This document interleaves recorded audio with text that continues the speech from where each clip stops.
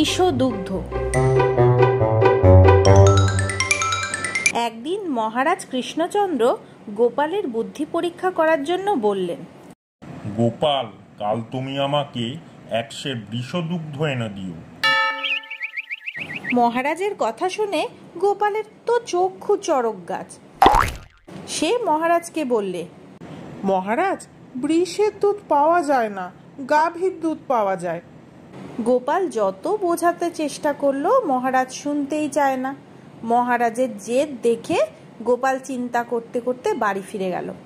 সারা দিন চিন্তা করে শেষ পর্যন্ত কোনো উপায় না দেখে দরজা বন্ধ করে শুয়ে পড়ল। গোপালকে এইরকম অবস্থায় দেখে গোপালের স্ত্রী বলল, তুমি নিশ্চিন্ত থাকো, যা কিছু করার আমিই করব। স্ত্রীর কথায় গোপাল কিছুটা নিশ্চিন্ত হলো, কারণ গোপাল জানতো তার চেয়ে তার স্ত্রীর বুদ্ধিও কিছু কম নয়।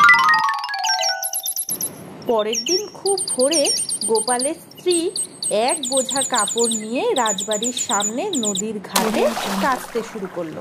মহারাজ তখন প্রাতঃভ্রমণ শেষে ওই পথ দিয়েই আসছিলেন।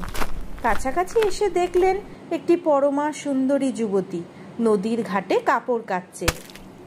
মহিলাকে দেখে মহারাজ সম্ভ্রান্ত ঘরের স্ত্রীলোক ভেবে বললেন, মহাশয়া, এ কাজ কি আপনাকে মানায়? এসব তো দাস দাসীদের কাজ। আপনাকে দেখে কোনো সম্ভ্রান্ত বাড়ির বধূ বলেই মনে হচ্ছে, তবে আপনি এই কাজ করছেন কেন? মহারাজের কথা শুনে গোপালের স্ত্রী বললেন, নিরুপায় হয়েই আমাকে এই কাজ করতে হচ্ছে। দাসীটি অসুস্থ, আমার স্বামী প্রসব বেদনায় কাতর হয়ে ছটফট করছেন। কাজেই নতুন লোক খুঁজে আনার সময় কোথায় পাবো, তাই আমাকেই এই কাজ করতে হচ্ছে। মহিলাটির কথা শুনে মহারাজের তো চক্ষু চড়ক গাছ। তিনি জিজ্ঞাসা করলেন, আপনার স্বামী প্রসব বেদনা উঠেছে? এ কি অসম্ভব কথা বলছেন? এ কি কখনো সম্ভব? গোপালের স্ত্রী সুযোগ পেয়ে বললে, কিছুই অসম্ভব নয়। যেখানে ষাঁড়ের দুধ পাওয়া যায় সেখানে পুরুষের প্রসব বেদনা ওঠা এতই কি অসম্ভব?